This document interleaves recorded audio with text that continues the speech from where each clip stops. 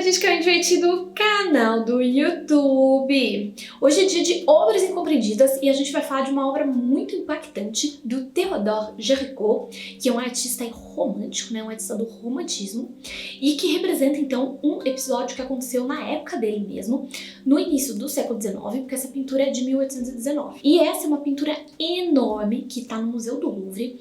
Então, quando você vê a pintura, você fica bastante impactado pelo tamanho dela, porque ela mede então 5 metros de altura, quase 5 metros de altura, por pouco mais de 7 de comprimento. É uma pintura bem grande e o artista, inclusive, teve que alugar um ateliê maior para pintá-la. E acaba sendo muito impactante porque, além do tamanho dessa obra, o tema dela é um tema bastante dramático e esse episódio então que ele representa chocou muito os contemporâneos dele, né, as pessoas da época em toda a França. Porque então, o que ele representa aqui? O título da pintura é A Balsa da Medusa. Porque então, tinha uma fragata oficial francesa que se chamava Medusa. Então, fragata oficial que era ali do governo francês. E essa fragata estava indo da França em direção ao Senegal, que na época era uma colônia francesa. Essa época era toda a época ali que os países europeus tinham várias colônias e tal. Então, o que acontece ali? Essa fragata, a Medusa, ela naufraga.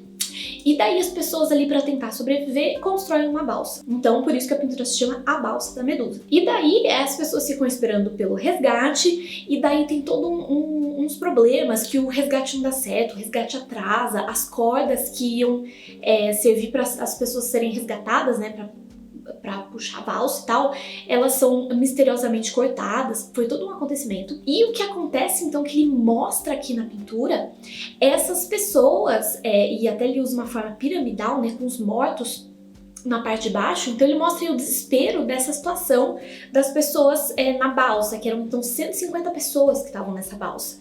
Então, das pessoas lá, náufragos, com fome, com sede, lutando ali por espaço, né, em toda aquela dramaticidade. E aqui a gente vê, então, algumas características do romantismo. Então, dramaticidade, muita emoção, a gente vê nos rostos dos personagens, vários deles com bastante emoção, movimento, corpos retorcidos. A gente vê também uma influência do Caravaggio em alguns pontos ali de luz dramática, um pouco menos que o Caravaggio, né? A gente já viu algumas obras do Caravaggio aqui no canal, é um pouco menos dramático, mas tem aí alguns pontos de luminosidade.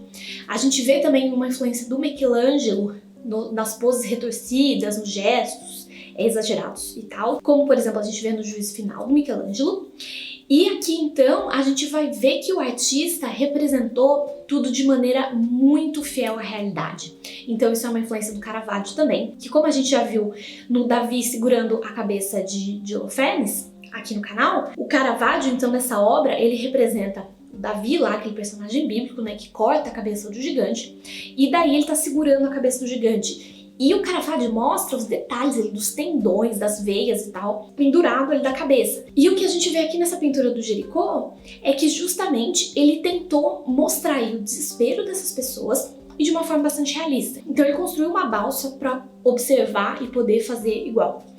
Ele ia em hospitais, ele ia em necrotérios para tentar representar as pessoas, realmente esse aspecto então de quando a pessoa tá morta, ou de quando a pessoa tá doente, morrendo, passando fome. Então ele usou aí os doentes, por exemplo, para representar as pessoas ali quase morrendo nessa situação. E ele também representou uns amigos dele, que era um dos maiores pintores românticos ali, o Delacroix, também foi modelo para essa pintura. Então ele representa justamente essa cena, ele não poupa, né, o espectador dos detalhes aí. O artista também fez várias anotações em uma viagem marítima que ele fez sobre as nuvens e o céu, como fica ali quando você está navegando, para poder representar de maneira fiel também. E tudo isso chocou muito Paris na época, e essa obra acabou sendo muito impactante porque estava todo mundo sabendo. Porque então, de 150 náufragos, se não me engano, só 6 sobreviveram. Tem relatos até de canibalismo, dos soldados se rebelando contra seus chefes, tipo, virou uma selvageria, né? Uma luta ali pela sobrevivência. E essas pessoas aí passaram então 12 dias no mar, nessa situação de desespero. Então tem toda essa reflexão também que a gente pode pensar. Então quando se tira ali o verniz civilizatório, né, que o nosso mundo aqui em teoria, né, todo mundo tem comida, tem a casa, não sei o que, então você não sai matando os outros assim à torta direito. A maior parte das pessoas não sai, algumas até saem, mas a maior parte não. Mas numa situação dessa que se está aí lutando para sobreviver, acaba-se as pessoas virando quase que bicho, né? Vira quase animal, porque você tá ali no seu instinto de sobrevivência e ele, de certa forma, mostra isso. Então, todo esse desespero. E 2 sobreviventes desse naufrágio, eles escreveram relatos e isso acabou se tornando famoso aí na França, em toda Paris e tal. Então, essa obra acabou sendo mais impactante ainda por causa disso, porque tava todo mundo sabendo, todo mundo acompanhando a história e tal, e teve até toda uma história de culpar o governo francês por negligência e tal, porque era uma fragata, então, oficial do governo, né, da marinha francesa e tal. Então, houve todo aí toda uma quantidade de críticas que o governo foi negligente e essas pessoas morreram por isso. Então a gente vê justamente aqui toda essa força aí dessa composição, dessa situação dramática de desespero. A gente pode ver também que ele usou bastante tons terrosos, tons escuros, que vão ser aí característicos do próximo período, que vai vir depois do romantismo, então o realismo. Então essa era uma preocupação importante aí dele. Então é isso, espero que vocês tenham gostado desse vídeo. E continuamos aqui no canal com a campanha em prol do Orfanato dos Orelhudos. Então essa instituição que resgata coelhos, né, em situação de abandono ou de maus tratos em São Paulo.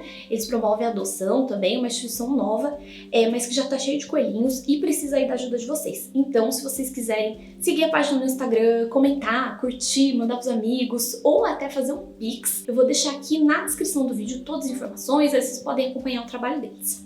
Então é isso, os coelhinhos agradecem. Beijinhos e até a próxima!